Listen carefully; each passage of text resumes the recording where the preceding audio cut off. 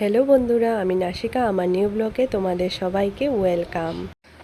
আজ আমি পাপায়া দিয়ে আর একটি ভেজ রেসিপি বানালাম, তো তোমাদের সাথে শেয়ার করলাম। তোমরা বলবে কীরকম হয়েছে।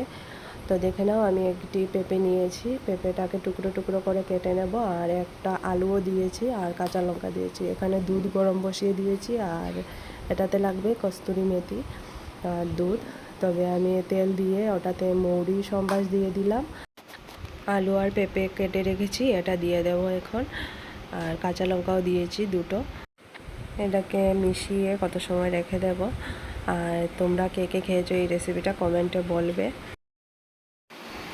তো এদিকে দেখো, আমার দুধটাও গরম হয়ে গেছে, বলকা উঠে গেছে। আর এদিকে আমি দিয়ে দিলাম লবণ, হলুদ আর জিরে গুঁড়ো, সব কিছু মিশিয়ে একসাথে। তারপর অল্প সময়ের জন্য আবার রেখে দেবো। এটাতে তেল মশলাও অত বেশি লাগছে না আর খেতেও ভালো। তোমরা বানিয়ে খেয়ে দেখো। ঢেকে রেখেছিলাম, এখন আরেকবার আমি নাড়িয়ে দিচ্ছি। আর আবার আমি অল্প সময়ের জন্য ঢেকে রাখবো। তো দেখো, পেঁপেটা সিদ্ধ হয়ে গেছে। আর এখন এটাতে আমি দিয়ে দেবো গরম দুধ। এই যে গরম দুধ দিয়ে দেবো। গরম দুধ দিয়ে অল্প নাড়িয়ে সারিয়ে আবার কিছু সময় ঢেকে রাখবো। আর তাতে দিয়ে দেব আমি প্লাস্টিক কস্তুরি মেথি।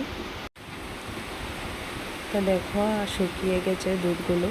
আর এখন দিয়ে দেবো এটাতে কস্তুরি মেথি গুঁড়ো করে। গুঁড়োই আছে, আর একটু গুঁড়ো করব।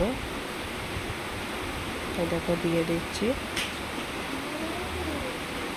কস্তুরি মেথিটার গন্ধেই মানে খেতে ভালো লাগে। আর দিয়ে দেব অল্প চিনি। আর রেসিপিটা খুবই টেস্টি, রুটির সাথে খেতে আরও ভালো লাগে। তো তোমাদের কীরকম লাগলো নিশ্চয়ই কমেন্টে বলবে। আর ইউটিউব থেকে দেখলে সাবস্ক্রাইব করবে, আর ফেসবুক থেকে দেখলে ফলো করে নিও। থ্যাংক ইউ বন্ধুরা।